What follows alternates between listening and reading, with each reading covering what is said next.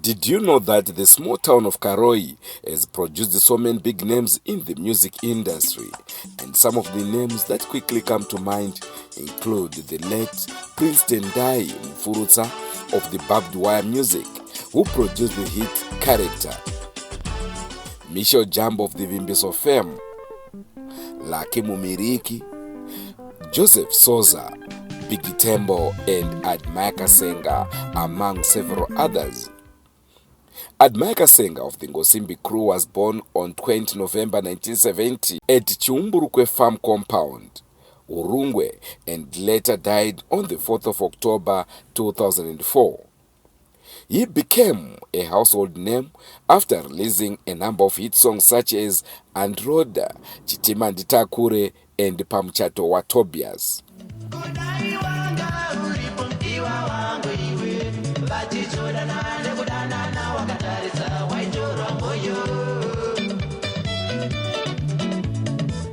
We visited the late Admire Kasenga's wife in Norton, who has since now moved on and is now married to another man, to try and understand who really Admire Kasenga was.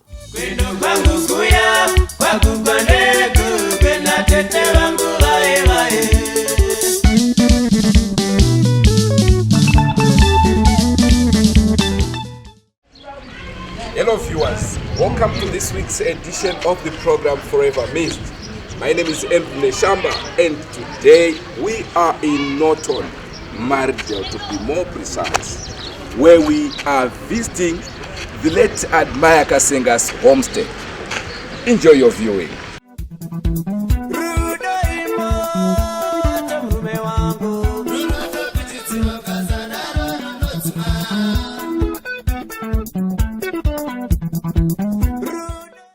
Zimbabwe, you requested, and slowly we are answering your prayers. You requested Admire Kasenga, and today, like I told you, we are in Norton. We have visited Admire Kasenga's homestead, where we are going to talk to the wife. I think some of you might remember the late with such songs as Pamchato wa Tobias, Chitima Nditakure. That's my favorite song anyway. We also have got Rure Guerrero. He had so many hits. More than 5 people requested us, of course, to do the profile of the late Admire Kasenga. And we are right here in Norton, Maridel to be more precise. With me here is the late Admire Kasenga's wife. Magadima. Tiripo Magadiwa Neshamba. Ndiri right chose. Tauya onasi. Munogara mchiti makatirasa tauya. Ya, tinofara nekutirangarira. Nawe iripo ndekuti toda kuti timbotarisa upenyu hwemushakabvu Admire Kasenga. Toda kutanga nenhoroondo. Makazivana sei, rini zvaita sei? Ya, chokwadi. Na Admire, munomuti Admire asista rake rekubereka anonzi Penny Kasenga. Takasangana mugore ra1994. Auya pachechi yeRoma achida kuridza ipapo. Ndo pachechi wopandainamata ipapo. Saka ziso Catholic. Ya. Vava pano mambo. Ya, ichokwadi. Saka ndofunga ziso rakabvara ngonango pane chakanaka charakanga raona. Akatsvaga akabvunzwa vamuti ndofunga musikano yanogara papi. Pamba pedu pambari padhuze nepachechi yeRoma kwadzana ku2. Saka akazouya ndobva tazongotauriranawo kusvika tizivane. Okay. Zvakakutora nguva yakareba sei kuti munge muchimuda? Ndofunga takatoita gore rese tisati ndatombomubvuma. Nekuti ndaingosingonzwa zvichingonzi vanhu vemagitari marombe ende takangokura zviri matiri tingoti vanhu ava vanhu vasina basa. Asi ndakazozviona nekufamba kwenguva kuti aiwa akanga ari munhu kwaye. Tisati taendera mberi, matisu taiziva zita rekuti Admire. Yachinzani? Penny. Rakabva kupi zita rekuti Admire? Admire akazosvipa ega rekuti Penny paakasunungukwa namai vekubereka vanova vamwe nevangu vakanga vasina kana mari mumba. Saka kudhara mari dzaishanda hanzi kwaive neseni rakanga rakabuka pakati rainzi peni. Saka vakati zvino mwana wangu ndinomupei chandingamuitire chii indisina kana peni. Saka zita rakanonzi peni. Saka ndo zita ravakabva vangomutumidza iroro. Saka imimi makadara naye atomure zvemanzi. Ichokwadi. Ipapo ndo patingade kunzwisisa zvakare kuti mungaite idea here kuti pamakazodana naye anga atobudisa maalbums akawanda sei? Akanga abudisa maalbum kufunga anokwana 3. Masweet 16, Antiroda na Njere akanga abuda iwayo. Admire aive munhu akanyararisa. Saka nguva dzake dzizhinji aigara akanyarara. Saka aizoti nguva yaanorara aingogona kungokudza kuti ndinyorerewo mazwi 2-3 panongomuka bye ndinyorerewo kana kuti pamuchato wamukoma zvatopera zvakadaro. Saka ukazomubvunza kuti zvafamba sei ndopaizokutsanangurira kuti pane zvandaita sei zvandarota. Saka zvinhu zvake ndakangoona sekunge aingoita zvekuita sei zvekurotiswa. Iongorora zvakare pacareer yemurume wenyu tingati kubva zvamazivana pane rwiyo rwaakambokuimbira kana kuti nziyo dzaakambokuimbira imi? Ichokwadi. Akaimba pamuchato waTobias. Kufunga kwangu nechishuwiro chake akanga akanyora rumbo irwo achida kuti ndofunga mukatarisa mukaongorora video reri taive takagara tese. Saka aida kuti pachabuda ni video reri patichanyatsozogadziriswa aida kuti patichachata isusu poperekedzwa nevanhu vakuru chete pasave nemwana mudiki. Vanhu tikangoti harawa ndopamba nechishuwiro chake akati ndoda kuita zvinhu zvisati zvakamboitwa nevamwe. Handiti tinozoti muchato inosiperekedzwa nevana vadiki but wedu isusu taida kuti uperekedzwe neharawa. Asi Mwari vakazoitwawo kutonga nepasi ripo apo. Pamuchato wangu ndoperekedzwa netembere. Pamuchato wangu ndoperekedzwa neharawa. Inini ndinonyanyofarira song inonzi Ruregerero. Song iyi ndakanyanya kuida nenyaya yekuti pese iye paibata gitari ainyanyoiridza stereki nenyaya yekuti isong yaimubata iri song tikangoti inonakidzayo asi ine message yainayo. Ndofunga vanoiteerera inosvika pakuimba kuti mwana wangu Tawanda akasvika pakufa baba vake namai vake vasina kuita sei vasina kumuona zvikandirwadza. Saka song iyoyo ndaingozvitora kuti kodai ndanga ndiri ndini ndakaitirwo saizvozvo. Saka dzimwe nguva inonakidzayo asi ine message inorwadza.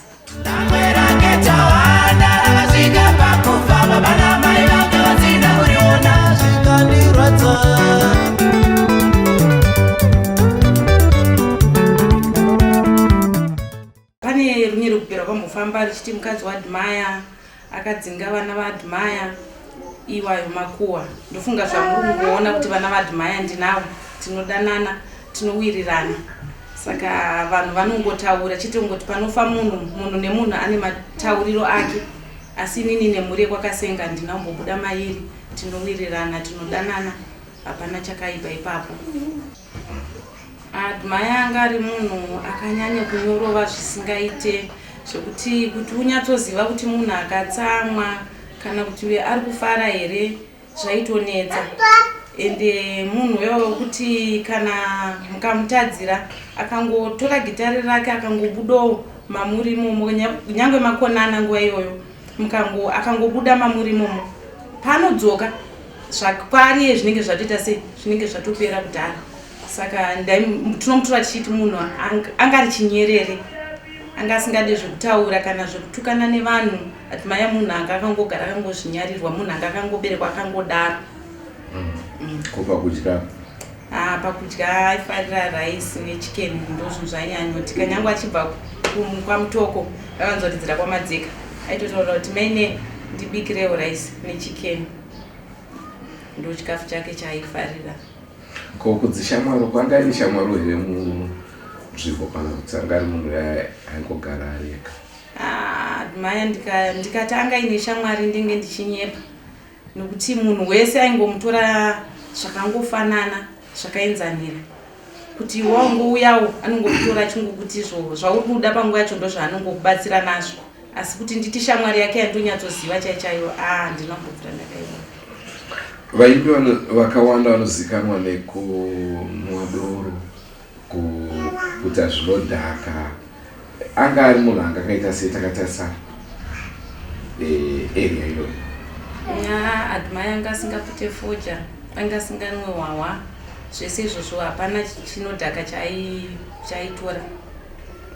Kumusha kwaAdmaya ndekupi aiyera chimutupo wake? Admaya aiyera Tembo Mazvimbakupa, kumusha kwavo kuri kwaChundu kuUrungwe. Ndokune Guva. Kabidza.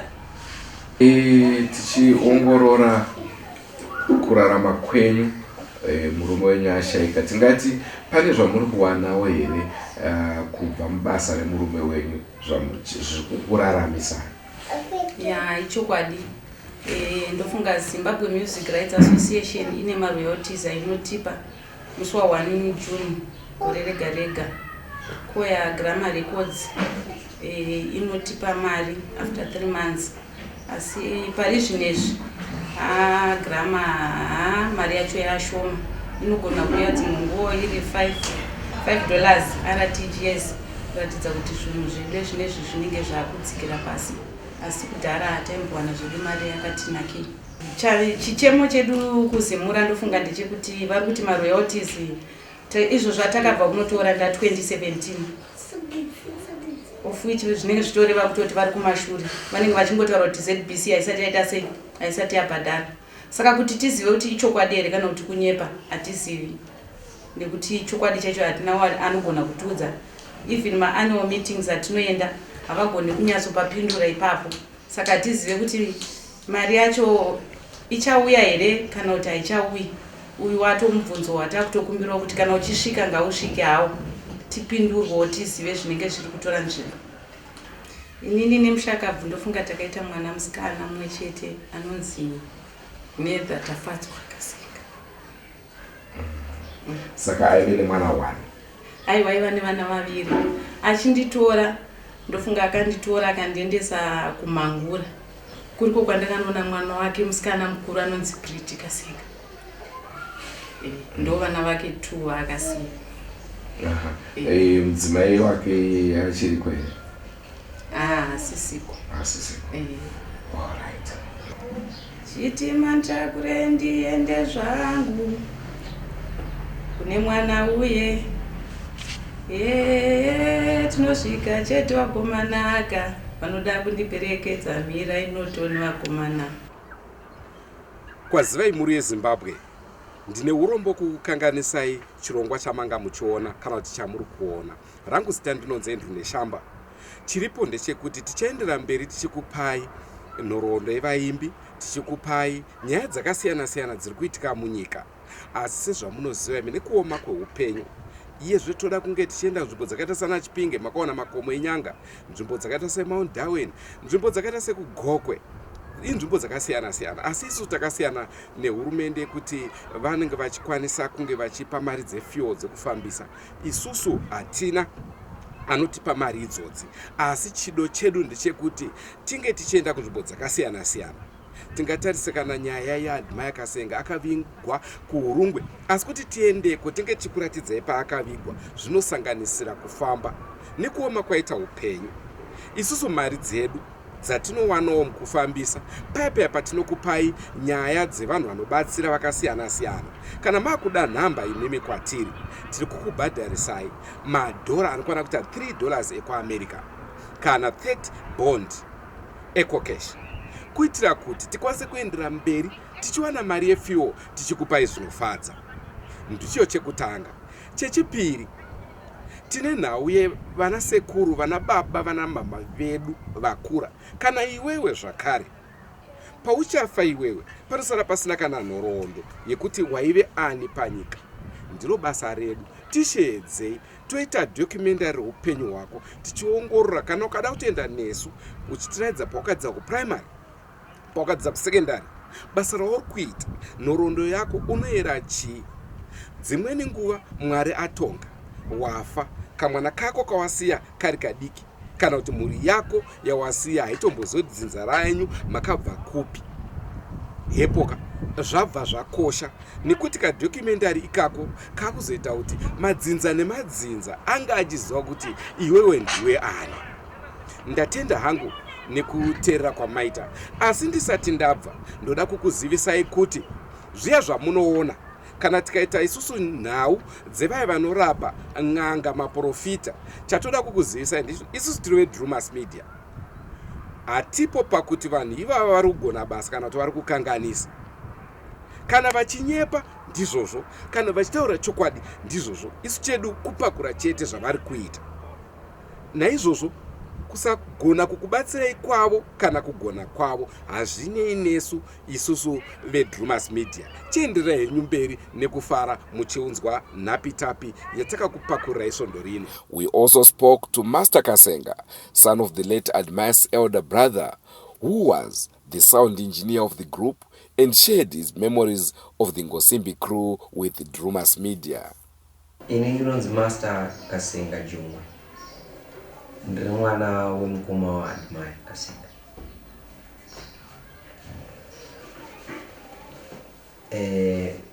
Indakazvarirwa kuKaroi. Panonzi paPendennis jail.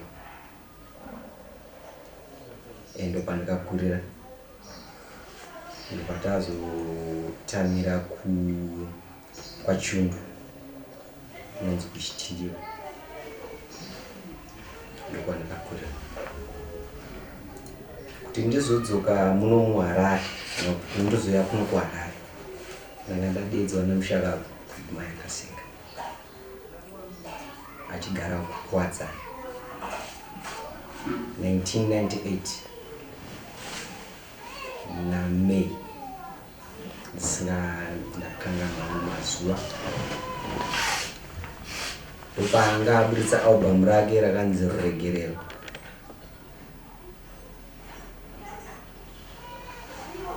Tabva ipapo akabva anditora atenga zvinhu zvake zvokutanga. Anga ane vakomana vake vairidza navo vaiti Denford Sada, Sem Mabukwa, Takauda Kembo na Robson Bakali.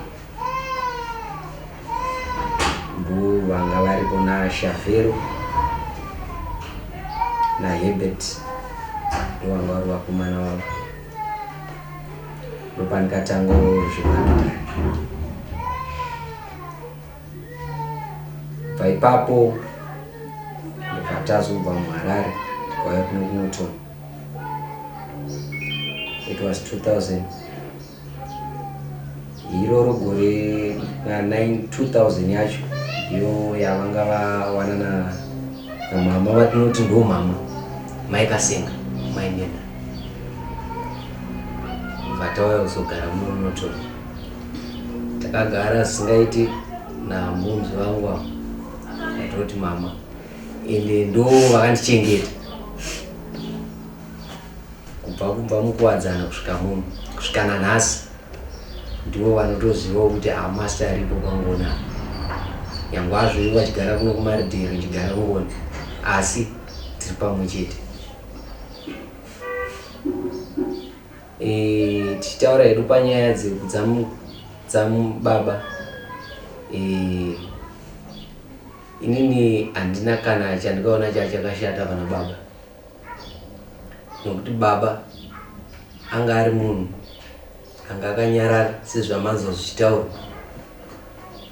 Munhu wokuti aipa mazano. Achipa mazano kudaro anga ari munhu aiseka. Kuseka kwake anga asingaseke zvinoenderera mberi. Aiti akakudza chinhu ita chakati, ukachitadza aikucorrect, ita so. Kana nyange ukatadza aikutsura zvokuti uri mwana wake, achikuudza mashoko anovaka. kusvika ipapo pavakazoshaya muna 2004, that's 4 October. Pane zvamashoko amabvunza enyaya yebhendi parikatanga kuti ngosimbi zvinorevei, haizvozvozvo ndovaiziva. Asi chandinoziva ndechekuti ngosimbi crew yakatangira kwamadzeka kwamutoko. Ipa muridzi webhawa iri pamutoko ipapo ainzi Madzeka, and manight clubs ake ese akanzi Madzeka, anzi Dzekasi.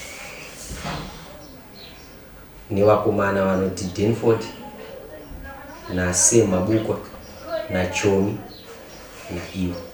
Vamwe ava handivaziva, ndozvandongoziva chete. Kana zvokuti zita rakatangira papi rikazoperera papi, ayo hatizivi. Tichienderana panyaya iyoyo yengosimbi crew, ndekuti muna 1999 tikuwadzana, takugara namama vedu vari papa. Baba vakatenga mota yavo yaive B16 Mazda Sandura. Mota iyoyo yakava nemutauro, ndopakatakira kunetsana kwemazita kwezita rinonzi rengosimbi crew nevakomana vaiti Denford Sada naSem Mabukwa, nokuti vaiti ivo ndo mafounder member ezita iro. Saka ndisingazivi kuti zvazvakamirawo sei, asi tichizoteerawo nekutaura kwavaindiitira inini, vakomana vese vanga vari mafounder vakawanikwa vachiridza pamadzeka, vachiridza pamadzeka, asi vanga vasina kana one song yavakakwanisa kuburitsa. Asi baba ndo vakakwanisa kuenda kunoburitsa first album yavo yainzi Zinoerema. Vakaburitsa Zinoerema, vakaburitsa Masweet 16, vaenda pana Android, ndopa vakazobva kwamutoko vachiuya Marare. Vatorwa nemumwe murume ainzi Mutimba, aine band rake rainzi Mutimba Combination. Vaonekwa vachiridza vari kwamutoko, ndobva vatanga kuuya kuzoita zvinhu zvavo muHarare.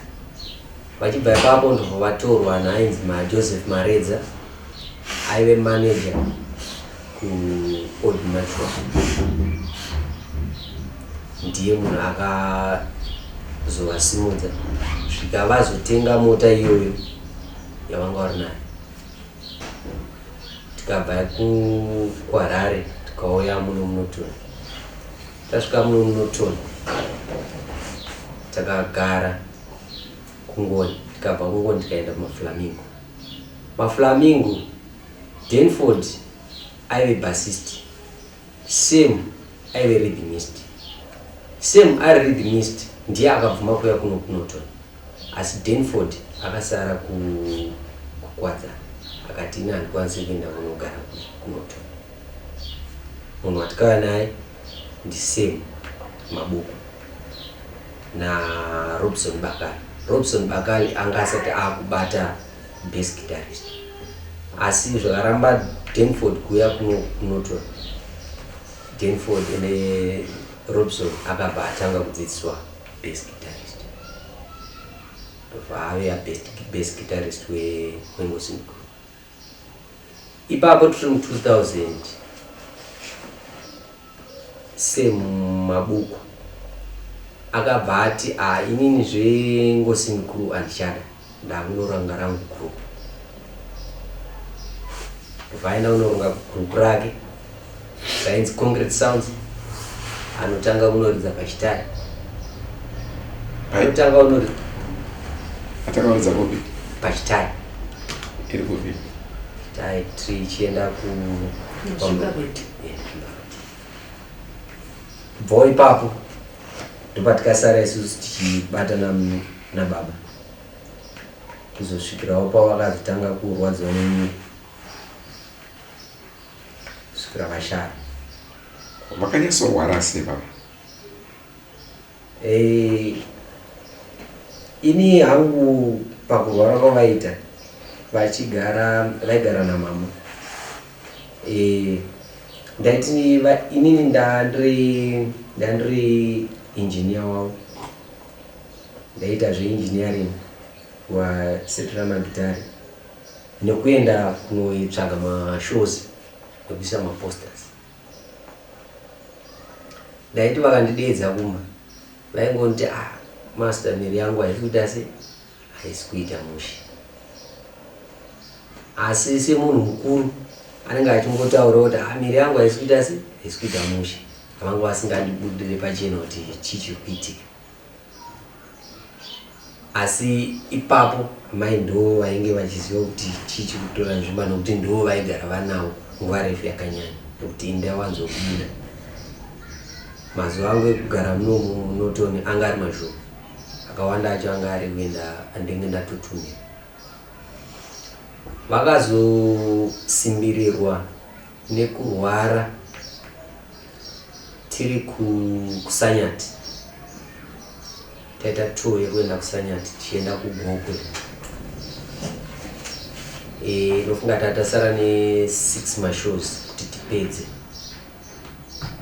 Ndobva tiri pakuwirirana vakataura vati miri yangu inini hachichaita se zvakanaka, kuti chienderera mashows hazvichaita, ngatichidzokera ichi kumba.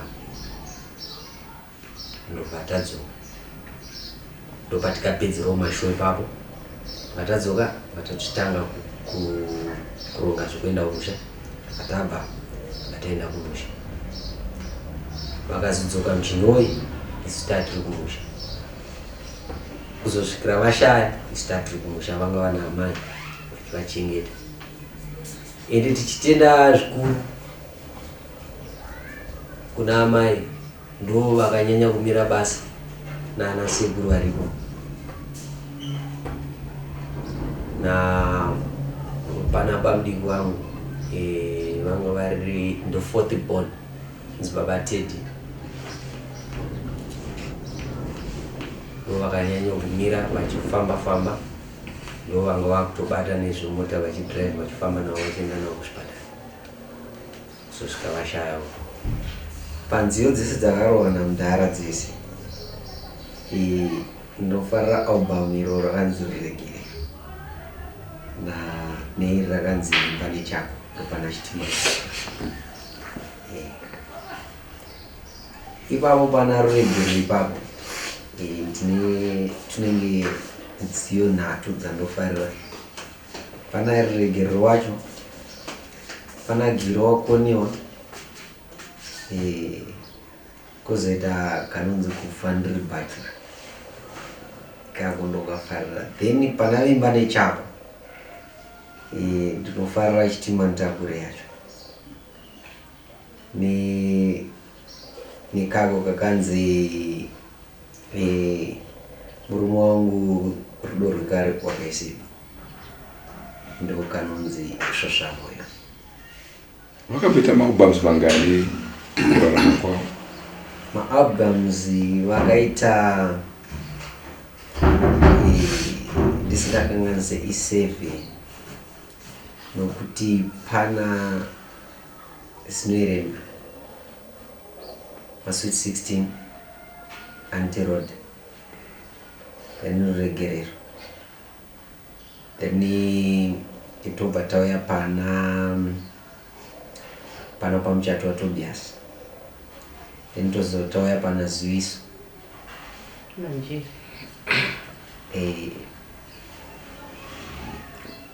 pana njere yacho ndo pana Regerero ndonjere. Then tobva tauya pana pamuchato waTobias ipapo nenge ya85, tobva pana Ziviso. Saka it's 8, nokuti pana Pane Chako yatikaita tiri munoto. Pane Chako pana ana chitima Ntakure, then kozoita pana ana Mukai, ro album iroro ndo rave rekupedzisira. ndobva vazotisiya. Mukai kani amai, mukai kani amai, mukai kani amai, mukai kani amai, muone vana venyu vari kuchema. Ivo perudzidza makarara kutokangana vana, ivo perudzidza makarara kutokangana vana, ivo perudzidza makarara kutokangana vana, vamakazvara chokwadi nemwoyo wese.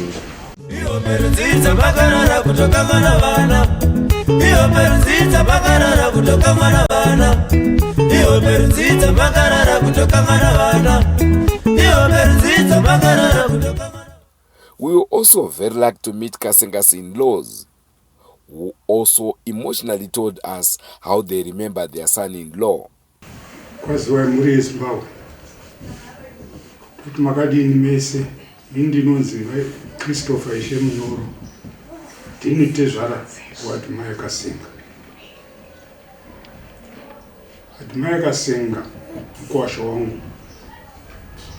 Mai Kasenga munhu akandirwadza zvokuti nanhasi ndiri kumuyeuka.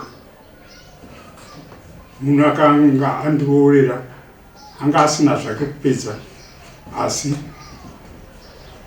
munhu anga ane chido akasvikawo akapandira akasvika akakumbira kuti baba kuti ndiri ndokuridza rekodhi yangu yekunzi pamuchato waTobias musingazivi mukazoona yakubuda musinozoita musha. Ndikati inini mukwasha pawakabvisa ipapo nokuwirana kwatinoita endai namadzimai avo andotsikisa ndiri yenyu. Vandotsikisa ndaiti ndiri kumba dzimwe nguva ana mashozi kwana mai George ndaitotumirwa munhu nemota tosvika kumashozi ake kuyepa ndogara kutengera hwawa semunhu anomwa hwawa chimwa hwawa. Kana ndati ndakwana anditsvagira mota yondiperekedza ndisvisa kumba kwashoma. Asi pamashure paizvozvo ndakazonzwa kunzi mwiri yangu haisi kuita zvakanaka baba. Ndikati ko zvaita sei? Zvikanzi ndiri kudzimbikana. Ndopakatorwa ndokuenda kune munin'ina wake kuChinoi. Ndobva vasvika pamba pomunin'ina wacho. Munin'ina wacho anga achiita basa rokugadzira masofa panonzi paSoftland. Ndopandakatevera ndikandosvika ikoko, ndosvika ndikamuona mukoshongo. Ndamuona ndakaenda muchipatara, ndikaoneka ari muchipatara. Ndikamubvunza mukosha kunzwa sei? Zvikanzi baba inini ndifunga kuti upenyu mundichengetere mwana wangu. Kuti wasvitsa pamanzi wawo.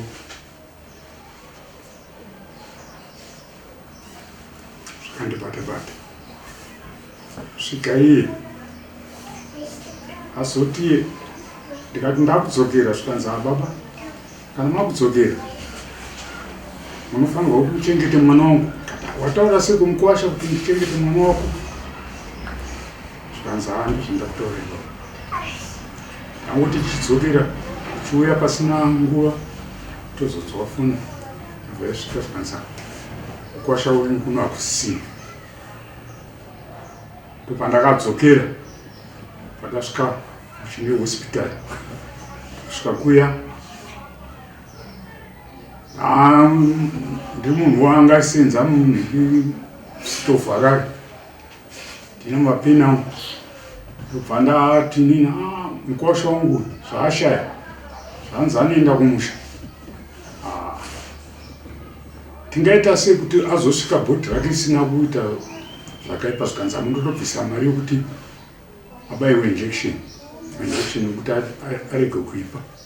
Of course ndakabvisa mari yangu apo abaiwa majekiseni ndiripo ichibaiwa namadhokotari. Ndopatakazosumuka taenda musha kwake andisati nambosvikako tichitanga kusvika tichiperekedza tine fino tichisvika pamwe patakasvika tikapuwa hwahwa panonzi jambani aripo asi pahapo tikabva ipapo tikaenda pachitindiwa panova ndo pachikoro painzi akambodzidza tikabva ipapo tikazoenda pachundu pamusha pake ndosvika patamuradzika mukuwasha wangu anakambo kaimba kandaiti iye ngoti oro akangondinzwa ndati kamba aka ndinokaida kamba aka kaimbwa kachinzi takabvira kare kare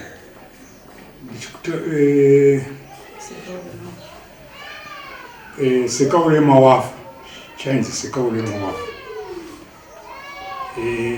musaseka vanofamba namabhasikoro muchiseka vanofamba netsoka muchiita sei sekaure mawafa saka kambe kako ndo kambo kaindipinda pamwoyo pangu saka ndaikuti nguva isese ndikanga ndasvika ndimukashambondiridzirawo sekaure mawafa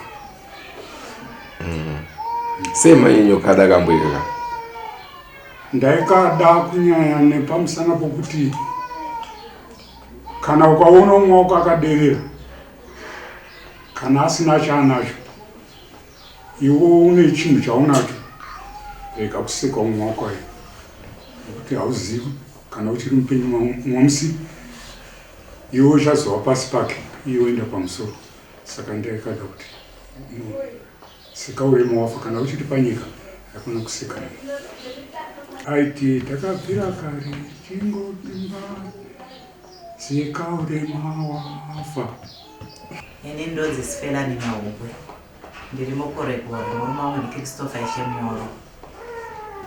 Chandinorangarira kunyanya pamukuwasha wangu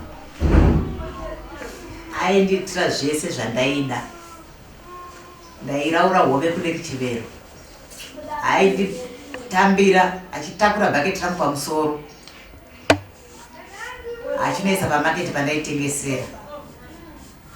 Ndichibva kune kuchivero ndaiuya ndoona auya nemotikari yake yakazara huni wototi amaenda kuigirira huni ndasiya kumba uko ndotichienda unotenga mapepabheki maoko uise fishes uende nadzo kumba kwako. Zvizhinji izvi admire munhu anga akanyarara wanga usingaone kuti unomuwanira papi nokuti aiti akaona murume wangu aita afanika mukoma wake aita afanika munyina wake zvese zvanga zvingori paari anga asinganyari. Munhu aiti taibika nehuni idzodzo aisvogara pandiri kubika ipapo totokurukura nyaya ndomubvunza unoda kudyei mama ndofarira zvakati nezvakati. Ndaigara ndakarosta fishi ndotora chidhishi nesafishi dzakapa ndoisa bhinzi apa tipoti yapeti wonwa zvake amaenda kutedzi ndakutakura mudzimai wangu kunotona. Saka mukuwasha wangu akandirwadza kusvika pekupedzesera. Ndaibva kuno kuHarare ndichienda kuChinoi ndichisvika kuhospital kumuona aibva jesta mubhedha wake ude umuka ugara. Asi chainya kukurira mukuwasha wangu munhikwe nzoma uya ndoti ndauya Tembo mandigire yamai ndikandaya nefishi nemagaka ya machukamba ndo zvandaimuigira. The very time iyoyo obva atanga kutodya akaona munenge uyo atanga obva abreka kudya otogara ombotora nguva akadaro wozotora futi pamwe mudzimai wake ndiyotora womupa chese takamira ipapo. Manesi otombouya ati mai waunganirwa zvaita sei oti no ndivambuya vamunati zvaravangwa vabva kuwadzana kuzondiona kuno. Saka ipapo zvaindibata ndichisvika kamwanaka kakachenuka kuti mbo neshena ndokageza ndesa kumusana. Motikari yababa wake yosvika wotitaka uchienda kuhospitari tonoona tomusiya panze tokumbira manesi kuti ari kuda kuona mwana wake. Totora mwana topinda naye womuona ubva atsikitsira pasi. Amai handifunga kuti ndinorarama kurwara kwandiri kuita kuno ndakufira zvinhu zvangu chengetai neti. Handifungi kuti kune munhu achamuchengeta futi. Mukaona ndafa hakuna hama yangu inauzomuona kana kuti imuchengete. Ndataurira baba vamunyoro kuti kana ndafa inini chengetai neti. Nedha ndiri kusire maoko menyu. Saka mwana wetu akasirwa nedha maoko menyu. Izvozvi kusvika zera raari haazivi pamuchapa neguva rababa wake. Saka inhoroondo inoramba ichingotirwadza tichiona mapictures ake totoona fanika achasvika kana kuti achauya. Hazvibude mwoyo medu.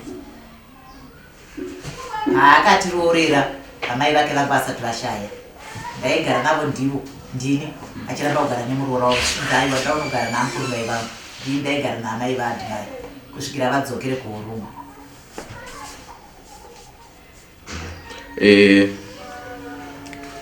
Ndeupi musi wamunoti uyu handiukanganwe muine mukwasha wewe? Ndichiri kurangarira chokwadi. Ndakatuma mukoma wake mukadzi wake ndikati mhanya pana Murwerod zvafonera mudzimai wake kuti ndiri kubva kunoto ndiri kuenda mutauni. Ibva wataura baba mudiki vako kuti mudzimai wavo vasunuka mwana musikana. Zvikanzi amai guru zita vana ari kudhara ndakanyora zita remwana kana ari musikana. Zvechokwadi ipapo ndinorangarira zvakanyanya ipapo. Akabva apinda mutauni.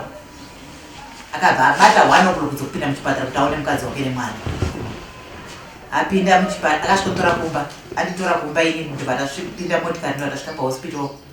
Ndobva ndatakura mabhegi edu vatakura zvinhu zvaakanga atenga nelunch yemukadzi wake everything anga ainazvo zvese nembatya dzekuchidya mwana nedze mukadzi wake zvinyowani zvega zvega. Ndobva ndasvika muchipatara.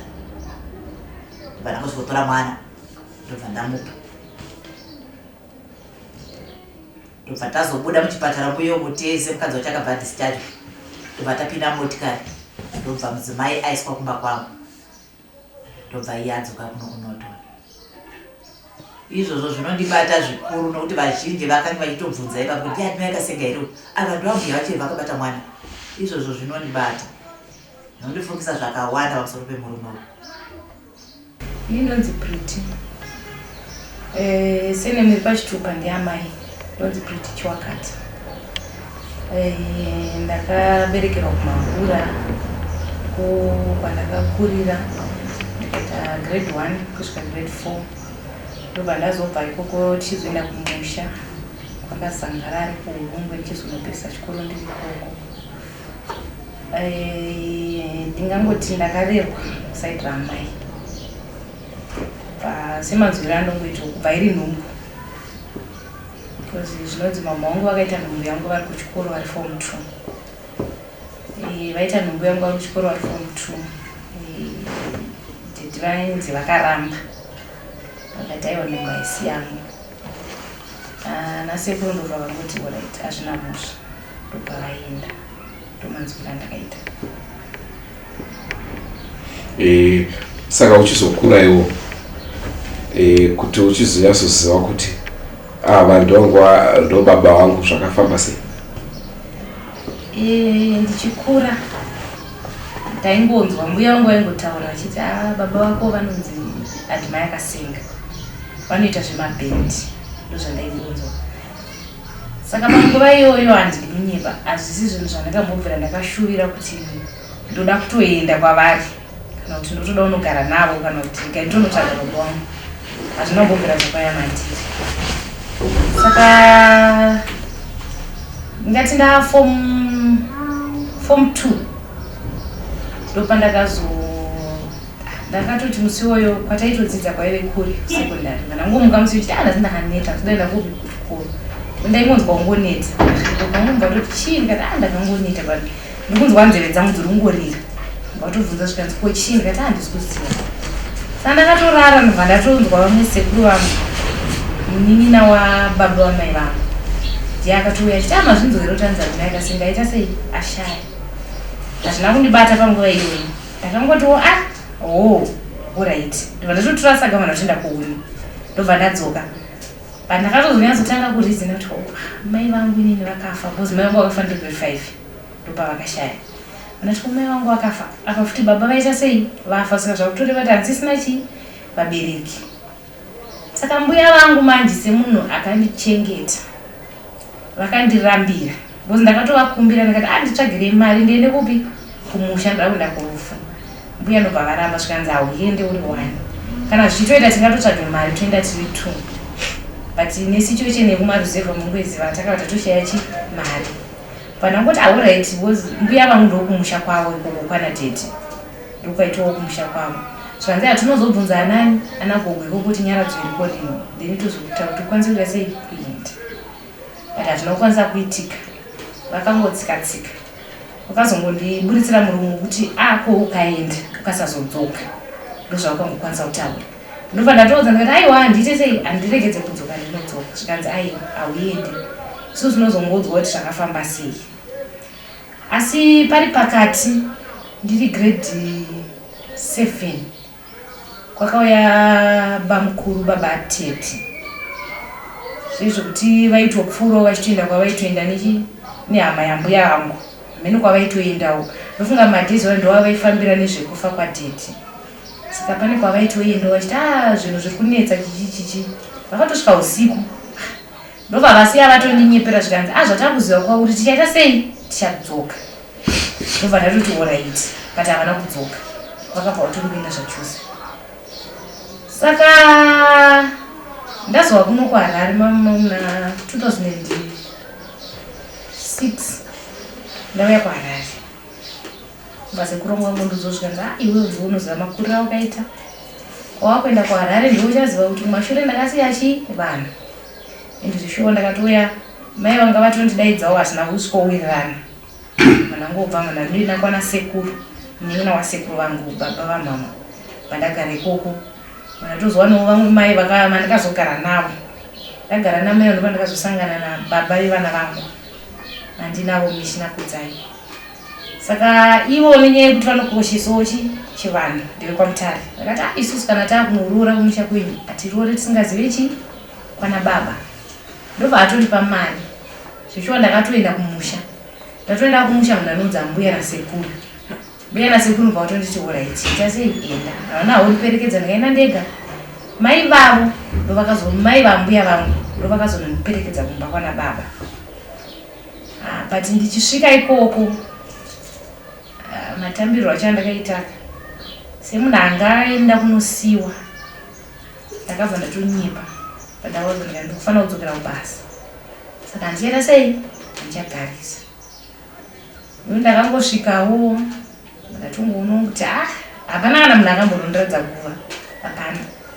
Hapana kana munhu akada kuti anyatsonditsanangurirawo kuti zvaifamba so chichicha. Hapana. Saka ndabva ndangotiwo musi iwoyo mangwana acho. Kusenda ndatomuka ndikatodzokera kupi kwana mai vambuya vangu. Uko ndiko ndakatogara almost 3 weeks ndiriko ikoko. Ndokuzo ikoko pandandiri ikoko bamukuru vacho vakatondinyephera vakati mama venyu vakatiza nemwana hatisi kutoziva kunani kuna neta ari kunzi akaendwa naye kumasvingo. Ndatofunga kuti kumasvingo ndokumusha kwani zvikanzi kumusha kwemaparents amama. Vanongotora saka ndakatoya ndikatogarawo ndakatoti nditongoriwo 1 iye nedha wacho angoriwo angoriwo 1 ikoko. Saka Willard mwana wabamukuru iyeye ndiye akatondirequesta paFacebook. Ndandatoroorwa manje. Ndiye akandirequesta paFacebook. Andirequesta paFacebook nyaya yekuti masenema anenge akulinka manje because paFacebook ndakashandisa kuti Kasenga. Ndopatakalinka naBudmaster. Budmaster ndo vakatozonditi uri kuzviziva here kuti une munin'ina. Pandotobvunza ndikati munin'ina ari kupi? Zvikanzi ari kunotoni. Ndobva ndatoti vane foni here? Zvikanzi mira ndikupe chifoni namba dzavo. Ndobva vatonipa foni. Pandatosevha namba zvinodziri paWhatsApp mandatomhoresa kuti makadi henyu ndini so. Nekuti mama ndaivaziva. Vakatombouya kumhangura zveshuwa ndiri grade 3. Zvekuti dedi semunhu anga akaramba nhunga. Pavakatouya vakatobvunzwa nasekuru vakatobvunza vanhu ngoti vasvikanzi apa vana vari apa. Vakati mwana waAdmire Kasenga ndeupi? Vanhu vese vakatoti uya rapo. Zvikanzi muswe zvikanzi akafanana nani newe. musha vakatoya katondiona vakasiya kutonitengera mauniform vakatondisira mari yemablankets ndikatozonotengerwa mablankets ndofunga ndopa ndakatopedzero. That was first and last kutoona date.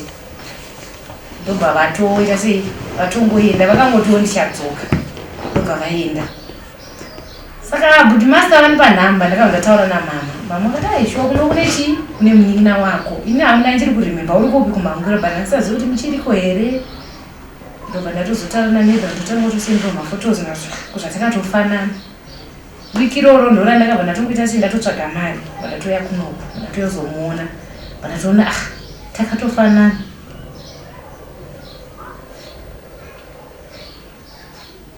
Urukuro dzenyu pamusha pano izuva rinopisa kokana noda kuzorora ndori vane mikuti.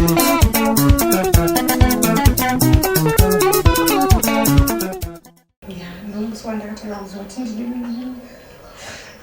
after a long struggle instead of here onini nomauona vazororwa futi kechitu handina hanzvadzi yangoti ndiri pakati pavo. Ndina hanzvadziwo baba vakewo vakashaya saka ndikatongoti ndiri pakati pavo vese vari two. Ngoti hanzvadzi yangu iri kumuzarabani ndokwaari kugara akabva endawo kumusha kwani kwababa vake. But inini ndichitokura ndofunga mbuya nasekuru ndovanhu ndakatokura ndichiti mama nababa kukura kwangu kwese because tinenge tichinzi mai vangu ndofunga vanhu vakarwadziwa here kuti baba vangu vakaramba nhumbu. Saka vakabva vatongokontinya nekuenda kukura kana kuregedza. Saka ndaitosiyiwa nani nambuya. Ngoti kubva pavakangopedza form 4 vachingororwa machivekwara ndaingoita zvokuya maholidays zveapo neapo asi ndakakura ndichochengetwa nambuya. Musi wandakatoya panapa zvakandirwadza asi ndakafara ndakati ndakangokura ndichiziva hama dzekwamai vangu ndo vanhu vandakakura ndichiziva kusaiti kwababa vangu. Zvinhu zvakutondirwadza izvi nokuti tikatosangana tichitsvuka totoita moment yekutotora kuti dai baba vedu varipo tingadai tiri pari chii chingadai chiri kuitika. Ndichitomutsigira munin'ina wangu kuti enda kuchikoro dzidza. Susu takatozvitadza takatofoira kuzi ana mbuya vaitoita mari yekutobatanidza kuti unzi waenda kuchikoro. Saka zvinhu zvazvakambooma unozongoona kuti nekutsvaga kunenge kuchiitwa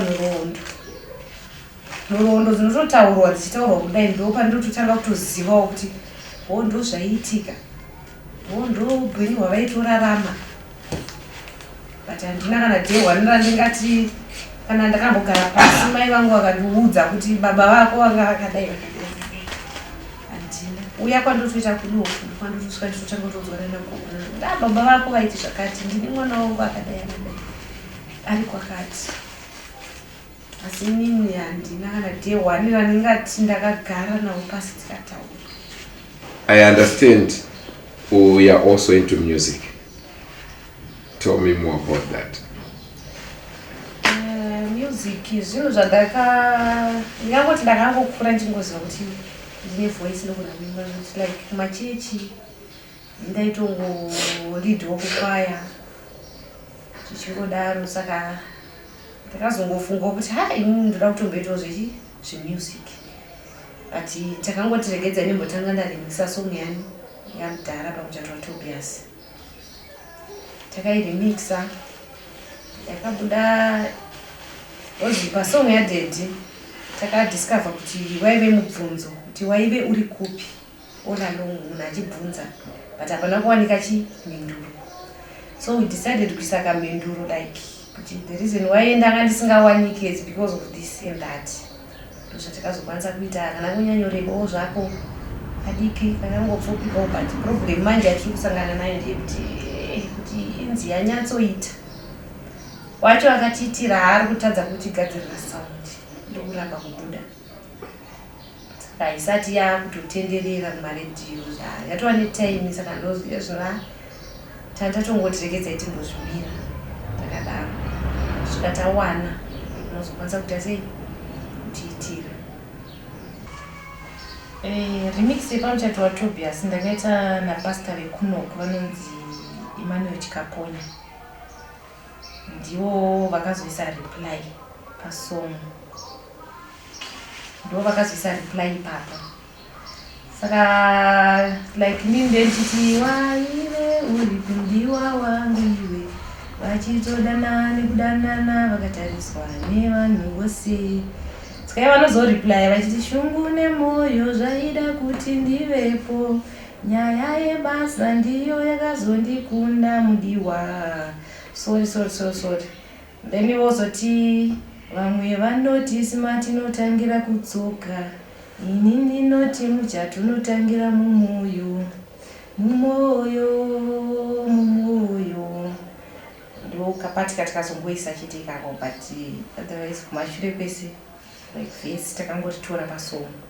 Saka tanga tichitraya kuti beat rite a little bit faster than apo tichiratidza kuti iremix, but inofunga munhu wachona ndiye ari kutadza kuti tichira bitiro. Waive uripindiwa wangu iwe vachizodana nekudanana vakatariswa nevanhu vose. Waive uripindiwa wangu iwe vachizodana nekudanana vakatariswa nevanhu vose.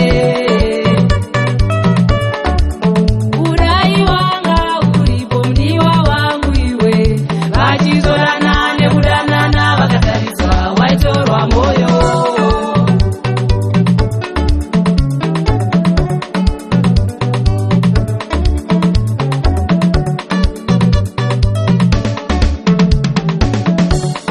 Chungu nemoyo zvaida kuti ndivepo, nyaya yebasa ndiyo yakazondibata mudiwaka. Chungu nemoyo zvaida kuti ndivepo, nyaya yebasa ndiyo yakazondikunda mudiwa. Sorry. Waive uripindiwa wangu iwe vachizodana nekudanana vakatariswa nevanhu vose. Waiudzwa iwewe uchikura kunzi uri mwana waAdmire, waimbowanawo here nguva yekuteera mhanzi dzavo uchitoti mhanzi yadhedhi wangu? Ndinganyepi, ndaitogona kutoimba masongs evamwe vese but avo ndisingatomagoni. Ndakatozotanga kunyatsopinda mune masongs avo ka ndingatoti ndatosanganiswa nalega, but zvaitondishamisa kuti kufamily kwandakatoroorwa ka hanzvadzi yemurume wangu anotofarira baba vangu zvisingaiti, zvekuti ndichitoroorwa and ndivo vakatondiintrodusa nezvemalegends, nhoroondo dzemalegends dzinoitwa nevanonzi vaumari, ndo vakatondiintrodusa ikoko vachitonditi nyaya yababa wako inogara ichimboitwa muna October mega and ndinotoiteerera. Saka ndingangoti ndakatotanga kutoiteerera last year kubva pese mwashuro munhu asingatombozive nezvazvo. Saka ndakatozotanga kutoiteerera last year yacho chakazondipa kuti nditozonyanyopinda mune mazviri, nyaya yekuti bamukuru baba Ted vakanga pane mashoko avakataura akandibata zvezvekuti ndaingoda kuteerera ndisingadi kuita sei kupinda mazviri. Saka pavakangotaura kuti tine mwana ari kwakazangarari, mai vake vakaramba kuparikwa nekuti bamurume wacho angati ndawana mumwe mukadzi, then mama ndobva vanditakura inini ndokuenda neni, varamba kuparikwa. Ndobva ndakazofona ndikati ifalse information yamukutoudzwa. Ndikatoti inanda chandokwanisa kukuudzai, regedzai ndikupe nhamba dzagogo nasekuru. Ndobva ndatovapa nhamba dzagogo nasekuru, bva vatofona kumusha itori live paredio manero. Ndobva vakaudzwa zvikanzi haana mbobvira akaroora, haana kutombobvira akagara nemukadzi, akangomitisa akaramba nhumbu, ndobva aenda. Aramba nhumbu akaenda, akatozodzoka mwana wayo agrade 3, ndopa akatanga kuita sei kutodzoka. Saka mumashure kwese kwa zvinhu zvanga zvisitori mandiri zvakutotanga kutopinda mandiri iye zvino, kunyazofunga kuti zvototi kana pandogara ndifunga kuti pana anotombozviziva kuti nditori mwana wemuimbi. hapana uzivanhu vanenge vachingonitora simbo ngotiwa tichitarisa zvakare music yamudaro wako ndekapi kasong kaunotaka ndokwawaifarira? ndingati ini nangu ndakatanga kufarira pamuchato waTobias ngoti inini music ka ndisati ndanzwa mashoko ndotanga ndateerera instrument ndochizotanga kuteerera kuti instrument iyi saka mashoko achona akuimbwa ipapo arikuti but pari zvino song yandakatozonyatsonzwisisa ndikanyatsoiteerera zvodendirira ndigone hangu but ndinoida zvisingaiti ndoti mazuva ano ndotokunototi dhei handifanira kutokufura ndisina kutokuteerera song iyoyo asi yandinofarira zvangu pamuchato waTobias. Kwaziwa imhuri yeZimbabwe ndinoitwa neDakasenga, the daughter of the late Adonai Kasenga. I think ndini last born yake, and then kune first born wandakazoonawo kuti kuna sisi vangu varipo, asi zvakawanda ndingataura about ivo nekuti handivazive ende face yavo handitovazive kuti munhu anga akaita sei. Tinongonzwa kunzi munhu adai afarira zvakati aida zvakati ende aiimba asi hapana chakawanda chandoziva about Adonai Kasenga. Ngoro mwana akakurawo achipiwa rudo rwamai nerwambuya nerwasekuru, asi mukufamba uchizoona kuti ndiwe mwana waAdonai Kasenga zvinhuwo zvaakudadisawo izvezvi zvine kukurawo kwandaita ndakutozoti ndine mwana waAdonai Kasenga ende baba vangu vaiimba. Saka unofanira kungotiwo bhendera vakasiya iroro tongonope kutangira nezvishoma zvacho zvavakaimba izvozvo zvotozowanawo way forward yekuenda nazvo mberi. Asi about my life history handingataure zvakawanda because handinombosipenda much time navo.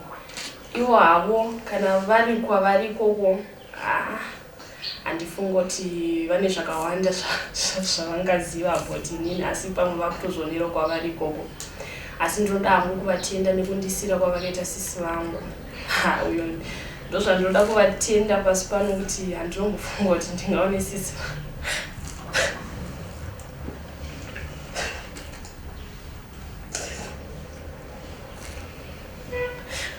ndombofunga kuti ndingaone sisi vakadaro ende pandakazviziva kuti ndina sisi vakadaro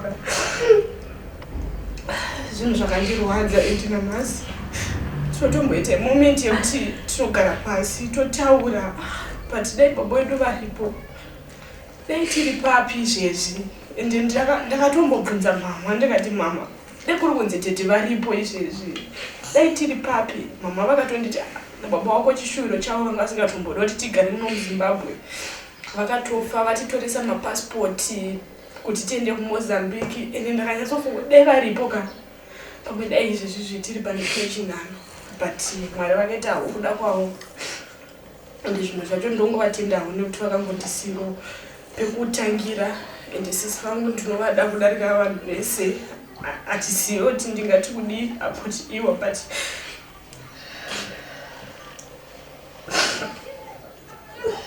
tichitarisa mimanzi yamudhara wako kaunotoaka ndikakateerera akandondorokada stereki ndekapi?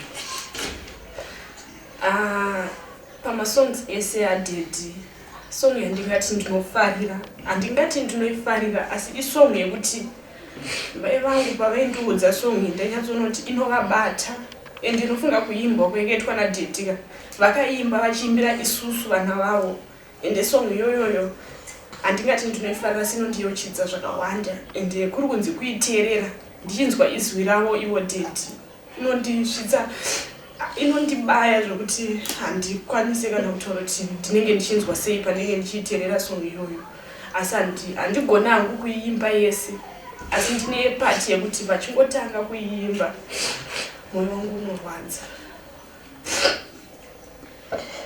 Saka tokumbira kungomangidzira paunokwanisawo kacho.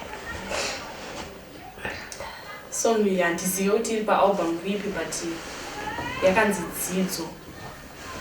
I think pamushuwo yavo ndeyekuti ndidzidze ndiende kuchikoro ndigova someone because ivo kuiimba kwavakaita vakati mwanangu ukaita zvekutamba chikoro hambochipedza ini The late Admire Kasenga used to stay here in Norton in order to find out more about what people think or what people know about this late music icon. We moved around many parts of Norton to hear what people think about and what they would want to say about their music hero.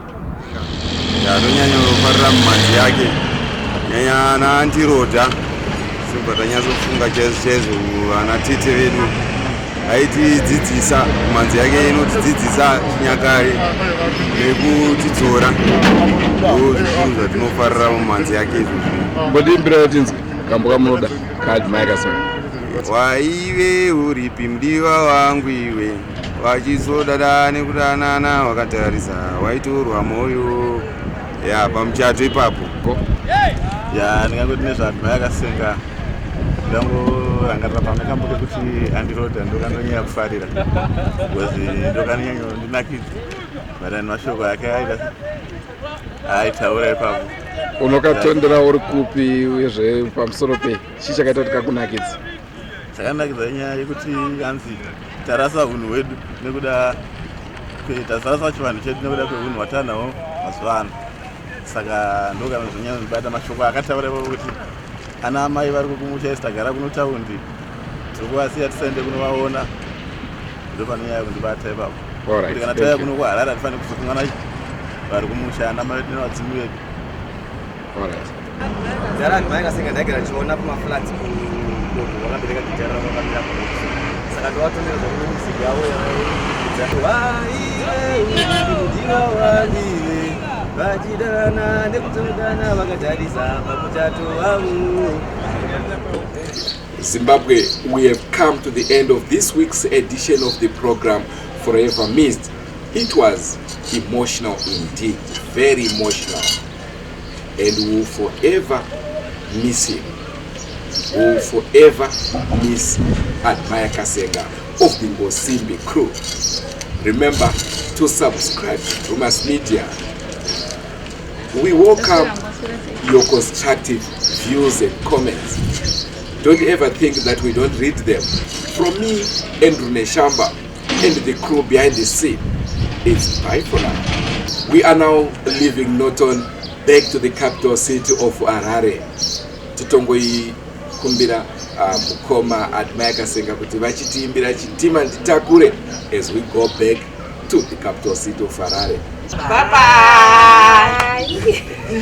Pamberi penyu babanda gwadamana mavi mukadzara ngwima unasina chakanganisaka unozochema.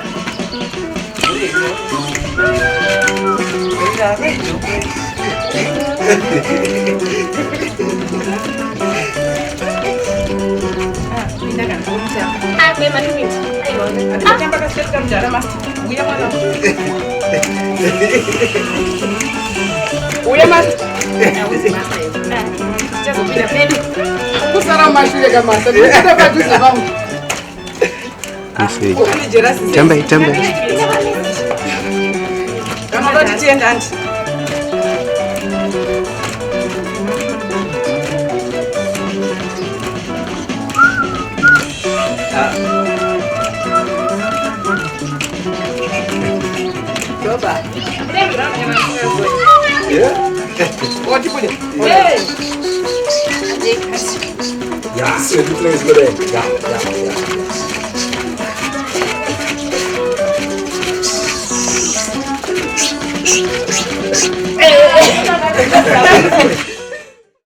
Chitima nitakure nguva yakwana ndele.